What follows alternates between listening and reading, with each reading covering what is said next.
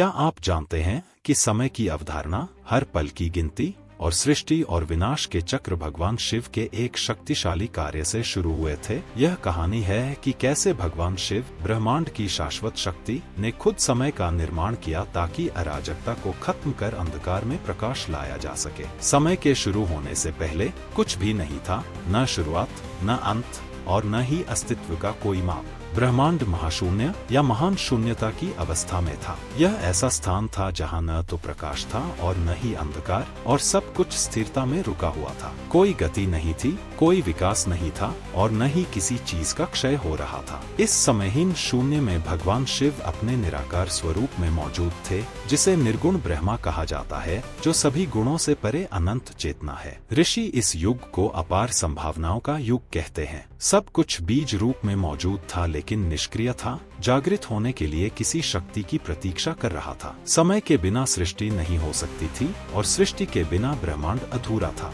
देवता, जो संतुलन बनाए रखने के लिए जिम्मेदार थे, इस शून्यता में व्यवस्था लाने के लिए समाधान खोज रहे थे। उन्होंने भगवान शिव, जो सृष्टि, पालन और विनाश के चक्र के स्वामी हैं, से प्रार्थना की। समय की अवधारणा मौजूद नहीं थी, न तो दिन था, न रात, न भूतकाल, न भविष्य, केवल एक अनंत वर्तमान। इस निराकार अवस्था में अज्ञानता और अंधकार ने प्रबल होना शुरू कर दिया, जिससे ब्रह्मांड में ठहराव आ गया। समय के अभाव का अर्थ था कि ज्ञान, गति और परिवर्तन असंभव थे। अंधकार, जो शाब्दिक और प्रतीकात्मक दोनों रूपों में था, उस अज्ञानता का प्रतिनिधित्व करता था जिसने सृष्टि की संभावनाओं को ढक दिया था। देवताओं ने महसूस किया कि शाश्वत जड़ता का खतरा बढ़ रहा है और उन्होंने भगवान शिव से मार्गदर्शन के लिए प्रार्थना की। वे जानते थे कि केवल भगवान शिव अपनी अनंत बुद्धि और असीम शक्ति के साथ उस स्थिरता को तोड़ने और अज्ञानता को नष्ट करने के लिए पर्याप्त शक्ति बना सकते हैं। उनकी प्रार्थनाएं शून्यता में गूंज उठी और शिव तक पहुंच गईं, जो मौन रहते हुए सर्वव्यापी थे। ब्रह्मांड की कठिनाइयों से प्रेरित होकर भगवान शिव ने कार्य करने का निर्णय लिया। गहरे ध्यान में बैठे,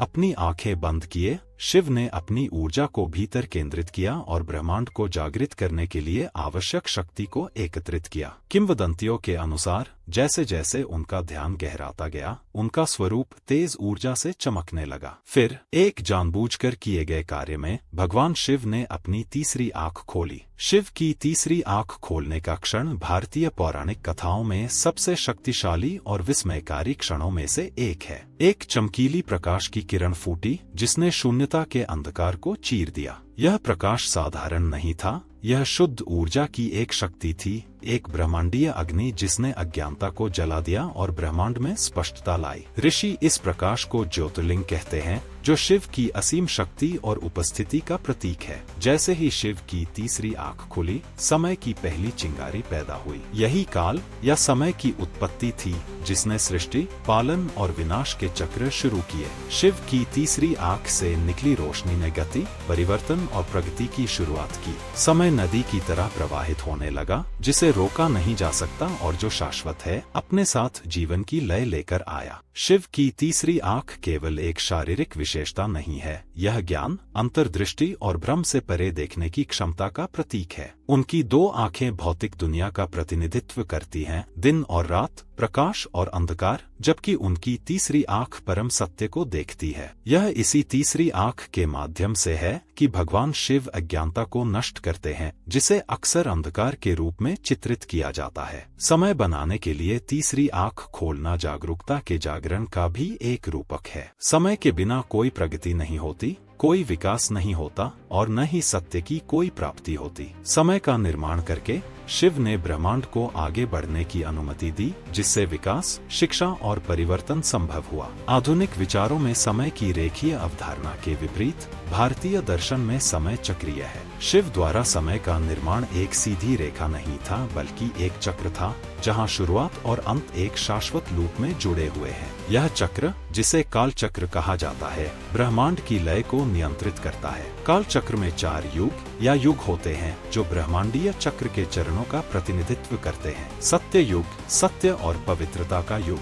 त्रेता युग, नैतिकता और सद्गुणों का युग। द्वापर युग, पतन और संघर्ष का युग। कलयुग, अंधकार और अज्ञानता का युग। प्रत्येक युग अगले में प्रवाहित होता है, जैसे बदलते हुए मौसम। जब एक चक्र समाप्त होता है तो दूसरा शुरू होता है। यह सुनिश्चित करता है कि ब्रह्मांड विकसित और स्वयं को नवीनीकृत करता रहे। यह शाश्वत चक्र शिव की भूमिका का प्रतिबिंब है, जो संहारक और सृजनकर्ता दोनों है। समय के निर्माण के बाद शिव ने महाकाल या समय के स्वामी का रूप धारण किया। इस रूप में वे समय के प्रवाह को नियंत्रित करते हैं। यह सुनिश्चित करते हैं कि सृष्टि, पालन और विनाश के चक्र सामंजस्य में हों। महाकाल समय से बंधे नहीं हैं, वे इसके परे रहते हैं, इसके प्रवाह को देखते हुए लेकिन इससे अप्रभावित। महाकाल के रूप में शिव हमें जीवन की नश्वरता की याद दिलाते हैं। जो कुछ भी शुरू होता है उसे समाप्त होना चाहिए, और जो कुछ समाप्त होता है वह एक नई शुरुआत का मार्ग देता है। इस चक्र को डरने की नहीं बल्कि अपनाने की जरूरत है, क्योंकि यह स्वयं अस्तित्व का सार है। शिव द्वारा समय का निर्माण केवल एक भौतिक घटना नहीं थी, बल्कि एक आध्यात्मिक जागृति थी। अपनी तीसरी आंख खोलकर शिव ने उस प्रतीकात्मक अंधकार को नष्ट कर दिया जो अज्ञानता का प्रतिनिधित्व करता है। उन्होंने ज्ञान और समझ के रास्ते को रोशन किया, जिससे ब्रह्मांड अपनी क्षमता को महसूस कर सके।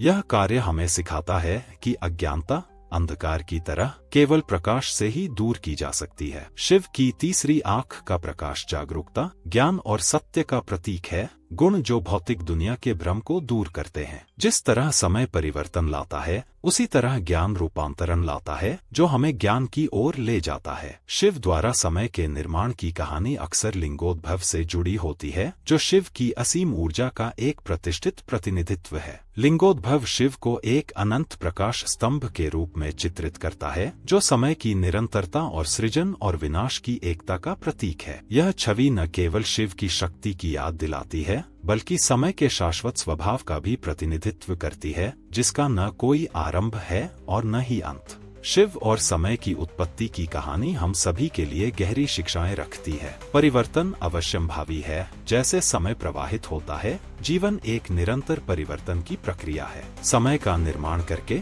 शिव हमें सिखाते हैं कि परिवर्तन को अस्तित्व के प्राकृतिक हिस्से के रूप में अपनाएं। ज्ञान रूपांतरण की कुंजी है। शिव की तीसरी आंख जागरूकता और अंतर्दृष्टि का प्रतिनिधित्व करती है। यह हमें याद दिलाती है कि सच्ची प्रगति अज्ञानता को समझने और उसे दूर करने से आती है। संतुलन आवश्यक है। समय जीवन की तरह चक्रों में चलता है। जैसे शिव सृजन और विनाश को नियंत्रित करते हैं, हमें अपने जीवन में संतुलन खोजना चाहिए, यह पहचानते हुए कि नई शुरुआत के लिए अंत आवश्यक है। स्थिरता और क्रिया की शक्ति। समय बनाने से पहले शिव स्थिरता की स्थिति में थे, ऊर्जा को इकट्ठा कर रहे थे। यह हमें सिखाता है कि प्रतिबिंब और क्रिया दोनों हमारे लक्ष्यों को प्राप्त करने में समान रूप से महत्वपूर्ण है। यहाँ तक कि समय बनाने के बाद भी भगवान शिव एक शाश्वत शक्ति बने हुए हैं। वे हर पल सृजन और विनाश के हर चक्र में मौजूद हैं। उनकी तीसरी आंख का प्रकाश ब्रह्मांड का मार्गदर्शन करता रहता है, जो हमें उन शाश्वत सत्यों की याद दिलाता है जो अस्तित्व को नियंत्रित करते हैं। शिव और समय की उत्पत्ति की कहानी केवल पौराणिक कथा नहीं है, यह हमारे जीवन को आकार देने वाले सिद्धांतों की याद दिलाती है। समय शिव की तरह परिवर्तन की एक शक्ति है। यह पुराने को नष्ट करता है ताकि नए के लिए जगह बन सके। हमें बढ़ने, विकसित होने और ज्ञान के प्रकाश की खोज करने की चुनौती देता है।